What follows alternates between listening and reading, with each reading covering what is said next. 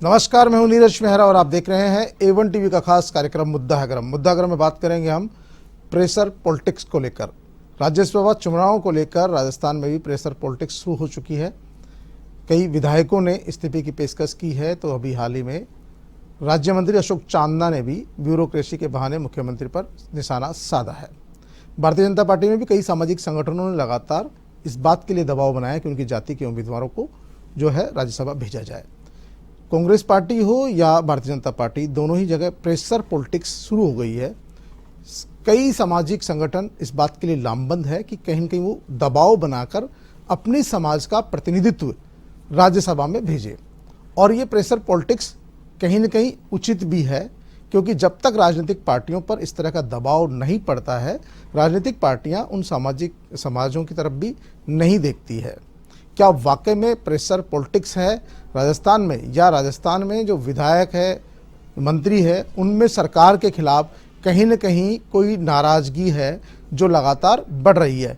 इन्हीं तमाम बातों पर चर्चा के लिए मेरे साथ जुड़ रहे हैं राजेंद्र आर्य जी। राजेंद्र जी, आपका स्वागत है कांग्रेस पर। अमित गोयल जी हैं भारतीय जनता पार्टी से। अमित जी, आपका भी बहुत बहुत स्वागत है। राजेंद्र जी, जिस तरह से एक के बाद एक नाराजगी देखने को मिल रही है, कहीं न कहीं ये मुख्यमंत्री पर दबाव बनाने की साजिश है, पार्टी आलाकमान पर दबाव बनाने की साजिश है, क्योंकि कांग्रेस पार्टी को लग रहा है कि राजस्थान की 4 में से 3 सीटें कांग्रेस पार्टी जीत सकती है। ऐसी स्थिति में जो भी विधायक मंत्री दबाव बनाने में कामयाब रहेगा, कहीं न कहीं उसको लाभ मिल सकता है, उसकी व्यक्ति को लाभ मिल सकता है, उसकी जातिगत जो दूसरे व्यक्ति है कतार में, उनको लाभ मिल सकता है। आपको क्या लगता है? नहीं नीरज जी, बिल्कुल भी ऐसा नहीं है। जहाँ तक मतलब मंत्रियों की बात है या विधायकों की जिनका आप जिक्र कर रहे हैं, जैसा कि माननीय मुख्यमंत्री जी ने भी कहा, जैसे आप अशोक चांदना जी का, जो हमारे खेल और युवा मामलात के मंत्री ने, DPR के मंत्री हैं, थोड़ा जोर से बोले, उनके द्वारा जो ट्वीट आया था, उसके बाद में माननीय मुख्यमंत्री जी ने भी कहा कि भाई वो मतलब बहुत ज़्यादा काम कर रहे हैं, और उन्होंने अभी जैसे ग्रामीण ओलंपिक भी करवाए, वो वास्तव में पूरे देश के अंदर और पूरे मतलब देश के अंदर पहली बार ग्रामीण क्षेत्र के अंदर ओलंपिक हुए, और उसकी बहुत ज़बरदस्त सराहना हुई। उसमें लाखों लोगों ने भाग लिया। अभी भी जो खेलों के आयोजन को लेकर सभी तरह के खेलों के आयोजन हो रहे हैं, तो वो निश्चित रूप से उनके ऊपर बहुत वर्क का लोड है। उस लोड को लेकर मतलब जिस भी अधिकारी के साथ में उनका रहा होगा, और उसको लेकर कोई बात है तो उनको निश्चित रूप से उन पर दबाव है। माननीय मुख्यमंत्री ने कहा कि भाई उनसे हम बात कर लेंगे, और बात करने के बाद में जो भी उनका पक्ष है वो बात करके उसके बाद में। अभी जी, क्या लगता है आपको, जिस तरह का प्रेशर बनाया जा रहा है, जिस तरह दिख रहा है, साफ साफ तौर पर दिख रहा है, पहले गणेश गोगरा, उसके बाद राजेंद्र विदुड़ी, उसके बाद धीरज गुजर, और अब जो है अशोक चांदना ने सीधा साफ तौर पर ब्यूरोक्रेसी पर निशाना साधा है, और वो भी मुख्यमंत्री जी के प्रधान सचिव पर। आपको लगता है कहीं कहीं दबाव की राजनीति राजस्थान में बहुत ज़्यादा हावी हो रही है? देखिए, इस बात से तो मेरी भी आपकी असहमति है कि ये जो प्रेशर पॉलिटिक्स है, ये राज्यसभा चुनाव को लेकर है। मेरा मानना है 3.5 साल से राजस्थान में कांग्रेस की गवर्नमेंट है, और सरकार बचाने के लिए चल रही है। हमारे माननीय मुख्यमंत्री श्री अशोक गहलोत जी की सरकार जब संकट में आई थी, जिस समय पर उन्होंने तत्कालीन उप मुख्यमंत्री के ऊपर ये आरोप लगाया था, नकारा है, निकम्मा है, कोई काम का नहीं है, और सरकार काफ़ी लंबे समय तक होटल में क्वारंटीन थी। उस सारे विवाद के निपटने के पश्चात मुख्यमंत्री जी ने कहा था कि जिन जिन लोगों ने मुझे सहयोग किया है, मुझे इन सबका एहसान याद है, और मैं इन सबका एहसान उतारूंगा। उसके बावजूद आप ये देखिए, पिछले 3.5 साल में अशोक चांदना ऐसे पहले व्यक्ति नहीं है, और ये राहुल गांधी जी के बाद की के जाने के बाद ये चौथी घटना हो गई है। राहुल गांधी ने कहा था कि भारत जोड़ो, चिंतन शिविर के बाद, लेकिन मैं समझ रहा हूँ कि मैसेज जरा उल्टा चला गया इसमें, कांग्रेस छोड़ो। पहले गणेश घोगरा जी को देखिए, उस चिंतन शिविर के बाद की बात कर रहा हूँ, पहले वालों की बात बाद में करूँगा जी। गणेश घोगरा जी का स्टेटमेंट आपने देखा, कांग्रेस पार्टी के यूथ के अध्यक्ष हैं वो, विधायक, उसके बाद विधायक भी हैं और यूथ के अध्यक्ष भी हैं। दूसरा फिर आपने स्टेटमेंट देखा विदुड़ी जी का, उन्होंने सीधा मुख्यमंत्री जी को घेरे में लिया कि रीट की जांच, सीबीआई जांच हो जाएगी तो उनके लोग, उनके मंत्री लोग इस दायरे में आएंगे, इसलिए सरकार रीट की जांच नहीं करना चाह रही। मतलब कुल मिला के वो आरोप सीधा मुख्यमंत्री पे गया जी, सही मायने में देखा जाए तो। धीरज गुजर जी का विषय आपको ध्यान है। अब अशोक चांदना जी का वाला विषय आ गया। अशोक चांदना जी ने सीधा सीएम पर सवाल उठाया। मुख्यमंत्री के विशेष अधिकारी, मतलब ये समझिए जो मुख्यमंत्री के द्वारा निर्देशित काम करते हैं वो मुख्यमंत्री के विशेष अधिकारी का काम होता है। ओवरऑल मॉनिटरिंग मुख्यमंत्री जी के बिहाफ पे वो करने वाले व्यक्ति। तो कुल मिला के मेरा कहना है, और उससे पहले कि आप देखो तो भरत सिंह जी वाला विषय आपको पता है, जाहिदा और क्या कहते हैं इसको, आपके जो विधायक हैं नगर के विधायक हैं, क्या नाम मुस्लिम विधायक, उनकी आपसी छिटाकशी आरोप, भ्रष्टाचार के आरोप देख लीजिए, जवाहरलाल मीणा जी वाला प्रकरण देख लीजिए, गिरिराज मलिंगा वाला देख लीजिए, रामनारायण मीणा जी वाला देख लीजिए। तो ऐसे बहुत सारे प्रकरण हैं कि लगातार कांग्रेस के विधायक इस सरकार से, इस सरकार के कामकाज से असंतुष्ट जाहिर कर चुके हैं। उसके बावजूद ये सब उन सब के बावजूद है कि आज की तारीख में राजस्थान में एक सीएम है, और मैं समझता हूँ जितने लोगों के समर्थन से सरकार चल रखी है वो अपने आप को मिनी सीएम माने हुए हैं। अब समस्या ये आ रही है कि जो जनता का फीडबैक है, हमारी भी कांग्रेस पार्टी के कई मित्रों से बातचीत होती है, अंदर खाते देखिए स्वीकार किया जाता है, लोग स्वीकार करते हैं कि पार्टी की जो स्थिति है वो ठीक नहीं है कांग्रेस पार्टी में। तो मैं मान रहा हूं कि जहाज के डूबने का संभावना है आने वाले 1.5 साल बाद कि जहाज डूबने वाला है, लोग जहाज से उतरने की तैयारी में हैं। 3.5 साल से सरकार ने जमीन पर कुछ नहीं किया, अब उनको अपनी विधानसभा क्षेत्र में जनता को जवाब देना है। तो ठीकरा सरकार पर किसी न किसी पर तो फोड़ना पड़ेगा, ब्यूरोक्रेसी पे फोड़े कि मुख्यमंत्री जी पे फोड़े, ठीकरा किसी न किसी पर फोड़ना मैं पड़ेगा। समझता हूँ ये मेरा मानना है। कहीं ना ठीकरा किसी न किसी पर फोड़ना पड़ेगा, सरकार पर फोड़े या ब्यूरोक्रेसी पर फोड़े। आपको क्या लगता है, ये सिर्फ ठीकरा फोड़ने वाली बात है या वाकई में कोई नाराजगी है इनके बीच में? क्या लगता है आपको? देखिए, नाराजगी जैसी कोई बात नहीं है। अपना पक्ष रखा है, पक्ष रखने के बाद में दोनों पक्षों को सुनने के बाद में ही माननीय मुख्यमंत्री जी कोई निर्णय करते हैं। तो इसमें आप ये बात तय है कि जैसा कि माननीय मुख्यमंत्री जी भी लगातार कहते हैं, हमारे राष्ट्रीय नेता आदरणीय राहुल जी भी कहते हैं कि कोई भी बात है हमें अपने पार्टी फोरम पे बात करनी चाहिए। निश्चित रूप से मैं आपके चैनल के माध्यम से कहना चाहूँगा कि हमें अपनी बात को पार्टी फोरम पर रखना चाहिए। इस तरीके के जैसे सार्वजनिक बयानबाजी या सार्वजनिक मंचों पे या जो हमारे सोशल मीडिया के प्लेटफॉर्म्स हैं उन पे हमें अपनी बात को जाहिर नहीं करना चाहिए, क्योंकि हम अपनी बात को कहते हैं और उसका लोग गलत तरीके से मीनिंग निकालते हैं। आपने सही अर्थों में कही हो बात और उसको वो गलत तरीके से ले जाते हैं। लेकिन मैं यहाँ नीरज जी बहुत गंभीरता से ये बात कहना चाहूंगा कि आप इस चीज को देखिए ना, कल माननीय प्रधानमंत्री मोदी जी के 8 साल कंप्लीट हुए। आज मुझे आप एक बात बता दीजिए, इस देश के अंदर महंगाई के तमाम सर्वकालिक रिकॉर्ड टूटे हैं। इस देश के अंदर चाहे पेट्रोल हो चाहे गैस हो, सुनिए मैं बता रहा हूं, इन्होंने जैसा बताया ना कि भाई हमारे 3.5 साल की बात की, तो हम आपको इनके 8 साल की भी बात करेंगे। कारण क्या है कि आज अगर इस देश के अंदर समस्याओं का अंबार है ना, तो उसके लिए कौन जिम्मेदार है? आज उन समस्याओं के ऊपर, और ये जो हताशा या निराशा का माहौल अगर पूरे देश के अंदर है, तो उसके लिए हमें कहीं ना कहीं केंद्र सरकार को अकाउंटेबल ठहराना पड़ेगा। और राजस्थान की सरकार ने, नीरज जी मैं आपको बता दूं, हमने 22-23 का जो बजट दिया, उस बजट के अंदर हमने क्या नहीं दिया? आप बताइए। आप खुद अपने चैनल के, दुनिया के तमाम चैनल, देश के तमाम चैनल, प्रदेश के तमाम चैनल उस चीज की तारीफ करते हैं। अगर ये लोग, सुनिए एक मिनट, मेरी बात पूरी करने दीजिए।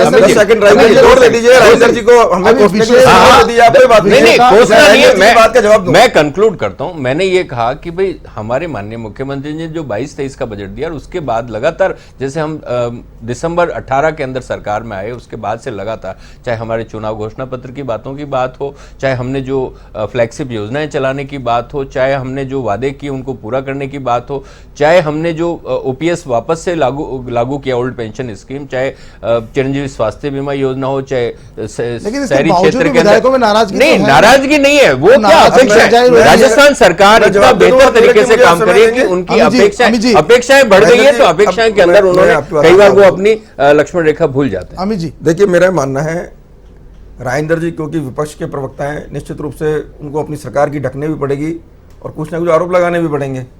लेकिन मेरा कहना है, हम राजस्थान में हैं। 3.5 साल पहले क्या जिन वादों के साथ इस सरकार का गठन हुआ था वो वादे पूरे हुए? हमारे मुख्यमंत्री जी ने, और मुख्यमंत्री जी के साथ साथ माननीय राहुल गांधी जी, कांग्रेस पार्टी के सर्वे सर्वा, उन्होंने हर जगह भाषण दिया कि 10 दिन में किसानों का सारा कर्जा माफ़ कर देंगे। क्या वो कर्जा माफ़ हुआ? क्या राजस्थान के 26 लाख बेरोजगार बताए जाते हैं, क्या उनको 30,000 जो आप 3,3500 रुपये भत्ता देने वाले थे वो क्या दिया गया? दूसरी बात, तीसरी बात, किसी भी स्टेट का दोनों ही डिबेट, नहीं मैं इनकी बात जवाब दे रहा हूँ मात्र नीरज जी। मैं कहना चाह रहा हूँ, किसी भी स्टेट के लिए सबसे बड़ी बात होती है वहाँ की लॉ एंड ऑर्डर की सिचुएशन। राजस्थान की लॉ एंड ऑर्डर की सिचुएशन आपको पता है, पूरे भारत में महिला दुष्कर्म में हम नंबर 1 हैं। जिस समाज से हमारे भाई राजेंद्र जी आते हैं, उस समाज के साथ में क्या स्थिति सरकार में हो रही है, इनकी मजबूरी हो सकती है नहीं बोले, लेकिन पूरे भारत में सेकंड नंबर पे चल रहे हैं। मेरा कहना है लॉ एंड ऑर्डर पे आप फेल हो। आप पेट्रोल डीजल की बात करें, सुरजेवाला जी एक दिन डिबेट आए क्या थे, लगता है ये नाराजगी जाहिर हो रही है? मैं अपनी बात इन्हीं तमाम बातों को लेकर आए? नहीं, मेरा मानना है कुल मिला के 3.5 साल के अंदर, 3.5 साल के अंदर जो बंदरबाट मची है, जो बंदरबाट मची हुई है कांग्रेस गवर्नमेंट के अंदर, किसी की भी अकाउंटेबिलिटी नहीं है। लगातार आप देखिए भरत सिंह लगातार आरोप लगा रहे हैं प्रमोद जैन भाई पे, वो तो बगैर सबूत दे रहे हैं क्यों सरकार ने नहीं हटाया। आज मैं प्रताप सिंह खाचरियावास जी का वीडियो सुन रहा था इसी विषय के ऊपर, तो उन्होंने कहा भाई विधायक है, जनप्रतिनिधि है, अपनी बात तो मजबूती से रखेगा, अगर वो अपनी बात रखेगा तो सुनेगा कौन, वो अपने खुद के लिए न्याय नहीं दिला पाएगा, दूसरे को कैसे न्याय दिलाएगा। ये मैं समझता हूँ कहीं ना कहीं कांग्रेस पार्टी में असंतोष का स्वर है। सबसे बड़ी बात है कि अभी हाल ही जो चिंतन शिविर हुआ है उसमें साफ तौर पर ये कहा गया था कि कोई भी कांग्रेस का नेता हो, पदाधिकारी हो, वो अपनी बात पार्टी के प्लेटफॉर्म पर कहेगा। और चिंतन शिविर के बाद राजेंद्र जी सबसे बड़ी बात है कि उसके बाद में लगातार लोग जो अपनी बात है वो सार्वजनिक रूप से कह रहे हैं।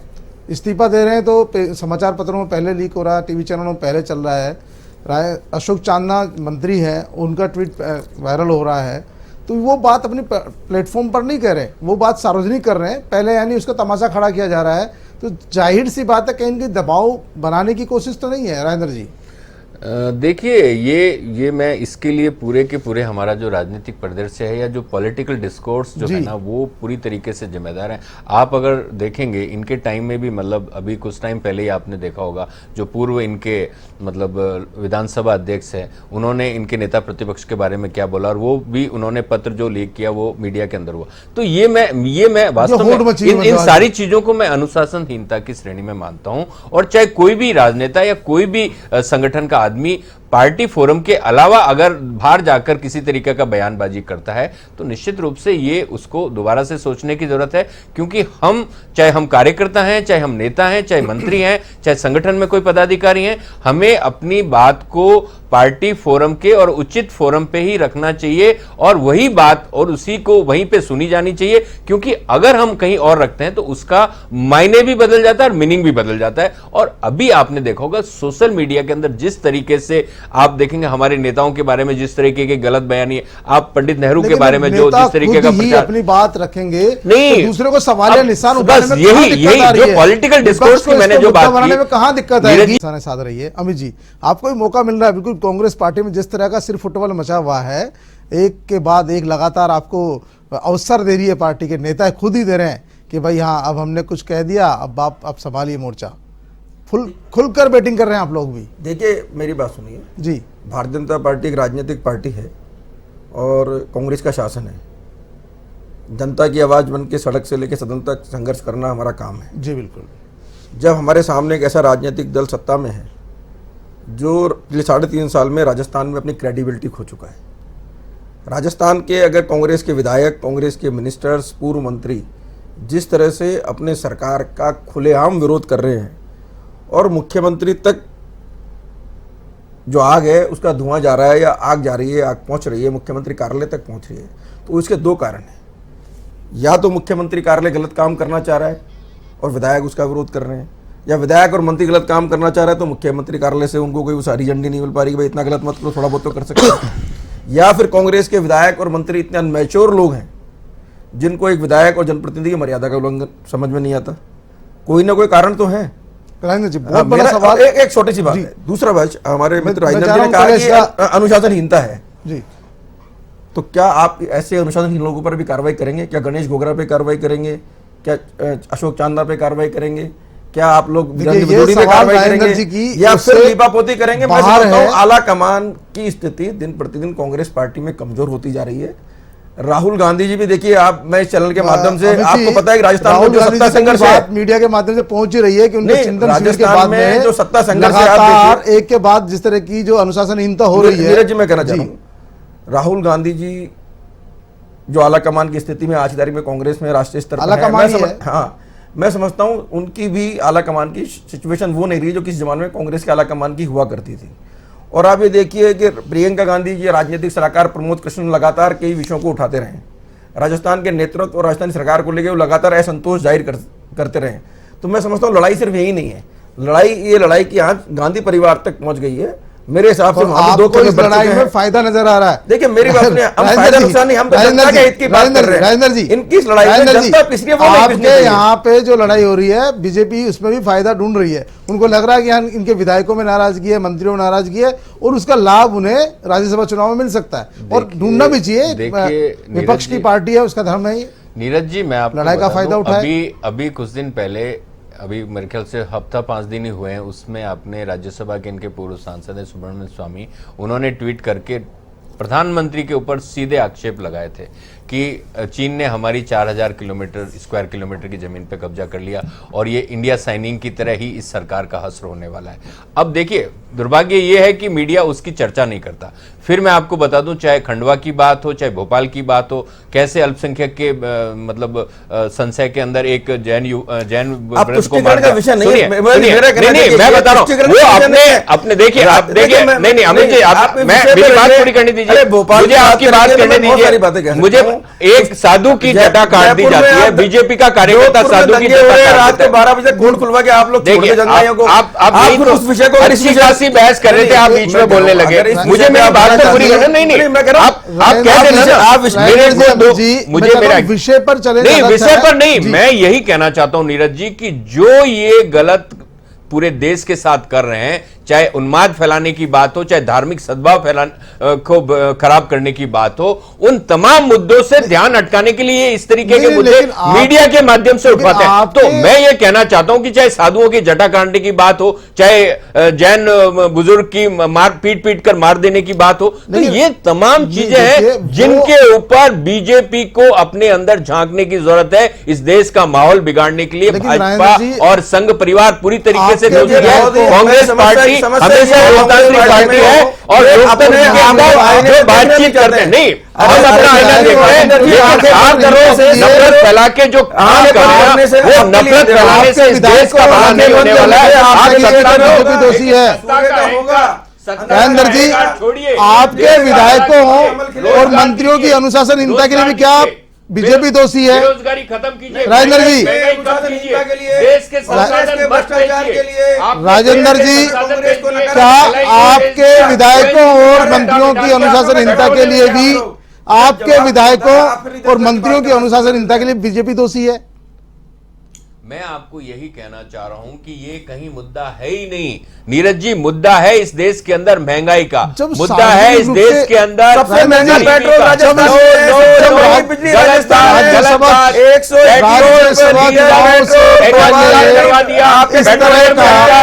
राज्यसभा चुनावों से पूर्व इंटरनेट का क्या दाम है, मेरे नेट का क्या दाम है, कितना था आज से 1.5 साल पहले? आप बताइए मुझे। एकाधिकार करवा दिया, आज इंटरनेट महंगा हो गया। पेट्रोलियम के अंदर एकाधिकार कर दिया, पेट्रोलियम में एकाधिकार करवा दिया, मिल रहा है, आज में एकाधिकार जो आज 30 रुपए किलो बिक रहा है, आज गेहूं स्वास्थ्य सेक्टर है, तो क्या गेहूं किसान को 2 पैसे मिल रहे हैं? पॉलिटिक्स की बात कर रहा था अमित जी, राजेंद्र जी, अमित जी, राजेंद्र जी, तो किसान को फायदा हो रहा है, तो आज आपको किसान का फायदा की बात कर रहे थे, ये तो मैं कहना चाह रहा हूँ।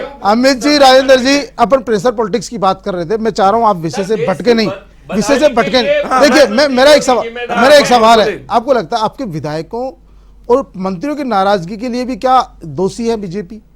कहीं न कहीं उनके आगे भी दाना तो नहीं डालते बीजेपी वालों ने? बात दाने की नहीं है, मुद्दा यही है कि आज जो आप कहते हो ना कि मुद्दा है गरम, तो मुद्दा है गरम महंगाई को लेकर। हर बार विषय अलग होता है। मुद्दा है गरम बेरोजगारी, मुद्दा है गरम देश के संसाधनों की बिक्री, मुद्दा है गरम पीएस, उसका विषय रखा जाता है केंद्र सरकार। देखिए राजेंद्र जी, उसका विषय देखो, हर बार अलग विषय में मुद्दा गरम रखा जाता है। बेच दिए, 11 लाख करोड़ के एनपीए कर दिए, 5 राजेंद्र जी, अमित जी, देखिए, मुद्दा गरम का हर बार अलग विषय होता है।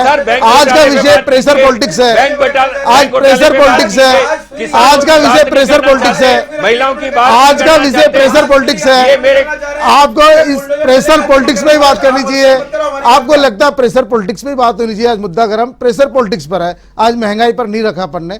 तो हम चाहते हैं कि प्रेशर पॉलिटिक्स, क्या आपको लगता है अमित जी, ये जो सारे विधायक है ये तमाम सरकार पर दबाव बनाने की कोशिश कर रहे हैं किसी न किसी तरह? आपने कहा चाहे बंदरबाट की बात हो, चाहे कोई और हो, मुख्यमंत्री जी ने साफ तौर पर कहा कि उन पर इतना दबाव है, उन पर इतनी बड़ी जिम्मेदारी है कि वो कहीं न कहीं टेंशन में होंगे, दबाव में होंगे। उन्होंने बयान दे दिया। हालांकि उसके बाद उन्होंने मुख्यमंत्री से मुलाकात भी कर ली और नाराज़गी जैसी कोई बात भी नहीं रही। उन्होंने साफ तौर पर कह दिया मेरी कोई ऐसी भावना नहीं थी, उनकी जो बात थी उन्होंने लिख दी, तो कहीं न कहीं उनकी नाराज़गी दूर हो गई। लेकिन विषय तो आपको दे ही दिया कम से कम उन्होंने। देखिए मेरा कहना है जी, शेर है तो इधर उधर की बात ना कर, बता ये कारवा लुटा कैसे। बिल्कुल वही तो जानना चाह रहे हैं मुख्यमंत्री हम। जी अगर ये कह रहे हैं, मुख्यमंत्री जी हिंदुस्तान ये को अगर ये लुटाने वाले अरे कारवा आप लुटे लोग जाने की पूरे बात देश को करते यार हो। पूरे पूरे देश को बर्बाद कर दिया आप लोगों ने 70 साल के अंदर। आपने किया। मतलब आज आपके पास जवाब नहीं है। 11 लाख अरे करोड़ पूरे के भारत में, आपने पूरे किए। विश्व में भारत की 5,35,000 करोड़ आज के हमारे बैंक देश का घोटाले प्रधानमंत्री किए। कहीं जाता है तो रेड 27,000 कारपेट बिछाता है, पूरा किलोमीटर यूरोप, पूरा हाईवे भेज दिया, पूरा एशिया। 25 मैं कह रहा हूं 12 किलोमीटर पर्यटक बनाते हैं, बनाते हैं। सबसे ज्यादा गरीब आदमी को ज्यादा मकान दे रहे नशीले हैं, पदार्थों की मुफ्त इलाज दे रहे हैं, अडानी सस्ती मुद्रा शिक्षा बोर्ड दे पर रहे होती है। हैं। लेकिन इसका आप जवाब बहुराष्ट्रीय दीजिए। कंपनी के देश के दलाल हो आप लोगों लोग। को नशे के भारत अंदर की धकेल दिया कंपनियां मोदी कमा रही हैं सरकार तो ने। उससे आपको प्रॉब्लम है। बहुराष्ट्रीय कंपनियों के दलाल हो आप लोग। बहुराष्ट्रीय कंपनियां और भारत विरोधी लोगों के देश साथ को जाके लूटकर विदेशों भारत में विरोधी लोगों के साथ जाके राहुल गांधी अमित जी, राजेंद्र जी, अब तो चाइना के एम्बेसडर से मिलते हैं, गुपचुप पिछले 8 साल करते से हो। तो भारतीय जनता पार्टी की सरकार है। अब क्या स्थिति है? मैं आपको वर्तमान कहना की चाह बात रहा कर हूं, रहे ये हैं। बार-बार बीजेपी ने कांग्रेस जो 70 साल तक लूट लिया उसकी सजा आज भुगत रही है। अब भारतीय जनता पार्टी लूट रही है, उसके खिलाफ भुगत। राजस्थान में और सबसे ज्यादा दलित अपराध राजस्थान के अंदर। गलत उसके बावजूद भी बोले थे 2 उसके नंबर। बावजूद भी आपने देखिए 1 नंबर पे कौन है? 2 नंबर मान लिया ना आपने मान रहे हो? पहले नंबर पर उत्तर प्रदेश, पहले नंबर पर उत्तर प्रदेश, प्रवक्ता ने स्वीकार कर लिया। पहले नंबर पर उत्तर दो प्रदेश, नंबर के ऊपर राजस्थान में पहले नंबर पर उत्तर प्रदेश है। देखिए पहले अपराधों के मामले में सबसे ज्यादा बेरोजगारी उत्तर प्रदेश के अंदर, राजस्थान सबसे में ज्यादा दलित यही बात है सबसे ज्यादा कि कांग्रेस और बीजेपी के जब भी प्रवक्ता आते हैं वो सारी डिबेट का विषय अपराध, महंगाई और इन पर ले जाते हैं। जिस विषय की बातचीत चल रही है, जिस विषय को लेकर आज आपको बुलाया गया है, हम चाह रहे हैं कि क्यों कि आपको लगता है राजेंद्र जी, राजेंद्र जी बात तो पूरी कर दूं। आपकी बात हो गई। पूरी तो आप लोग तो दूसरी बातों में उलझ गए। अब क्योंकि समय 1-1 मिनट का ही है, मैं चाह रहा हूं पहले आप अपनी बात पूरी कर दीजिए 1 मिनट में। अब मेरा सवाल है, उसको बात छोड़िए। आपको लगता है वाकई में कहीं दबाव बनाने की साजिश है, दबाव बनाने का तरीका है? देखिए मैं तो एक बात जान रहा हूं, मैंने पहले भी कहा जी कि सरकार के अंदर जो बंदरबाट मची हुई है, जहाज डूबने वाला है, किसी ना किसी पर इनको ठीकरा फोड़ना है। विकास के काम हुए नहीं, जनता को जवाब क्या दें, तो ब्यूरोक्रेसी पे ठीका फोड़ने की बात चल रही है। और एक बात हमारे मुख्यमंत्री जी से उनकी मुलाकात हो गई, चांदना जी की, मुख्यमंत्री जी ने कहा उनको काम का बहुत दबाव है, हल्का कर दीजिए, आपके हाथ में है, इस्तीफा स्वीकार कर लीजिए, इतना साहस दिखाइए। जो व्यक्ति अगर उस भार को सहन करने की क्षमता में नहीं है तो उसे बोलिए तो कुछ दिन विधायक के रूप में काम करे, मंत्री पद से इस्तीफा ले लीजिए। बार बार आपकी सरकार पर आरोप लग रहे हैं, बार बार आप लोगों की फजीयत सरेआम जनता के बीच में हो रही है, इस्तीफा ले लीजिए। भाई अगर बात ज्यादा हो गया तो क्या दिक्कत आ रही है? राजेंद्र जी, आपको क्या लगता है वाकई में जो तमाम जो ये चीजें चल रही है, जिस तरह की नाराजगी दिख रही है, सार्वजनिक तौर पर दिख रही है, ऐसा नहीं है कि कोई अंदर खाने दिख रही है, सार्वजनिक तौर पर दिख रही है, साफ तौर पर दिख रही है, इस नाराजगी का कांग्रेस पार्टी पर क्या असर पड़ने वाला है? क्या दबाव की राजनीति या कोई असर पड़ रहा है कांग्रेस पार्टी पर? नीरज जी, बिल्कुल भी असर नहीं पड़ने वाला है और उन्होंने अपनी बात कह दी। चाहे आप गणेश गोगरा जी की बात हो, उसके बाद में एनएसए जो यूथ कांग्रेस का दिल्ली के अंदर प्रोग्राम था राजीव क्रांति को लेकर, उनके अंदर वो शामिल हुए, उन्होंने पूरी तरीके से काम किया। और ये अपने चांदना जी भी सीएम साहब से मिलकर आए और पूरी तरीके से सेटिस्फाई है। लेकिन यहां पर उन बातों पे बात करना बहुत जरूरी है। 45 करोड़ लोग रोजगार अब मांगना बंद कर चुके हैं क्योंकि सरकार रोजगार दे नहीं रही है। राजस्थान के अंदर सबसे ज्यादा नौकरी दी है। राजेंद्र जी, अमित जी, आप दोनों हैं, आप दोनों का बहुत बहुत धन्यवाद। आपने A1 टीवी के माध्यम से प्रेशर पॉलिटिक्स पर अपनी बात रखने का प्रयास किया, लेकिन आप लोगों को विषय कहीं न कहीं डिबेट को इसी तरह उलझाना होता है। आप दोनों मुद्दा घर में पधारे, आप दोनों का बहुत बहुत धन्यवाद। मुद्दा घर में फिलहाल इतना ही। ताजा तरीन खबरों के लिए देखते रहिए A1 टीवी।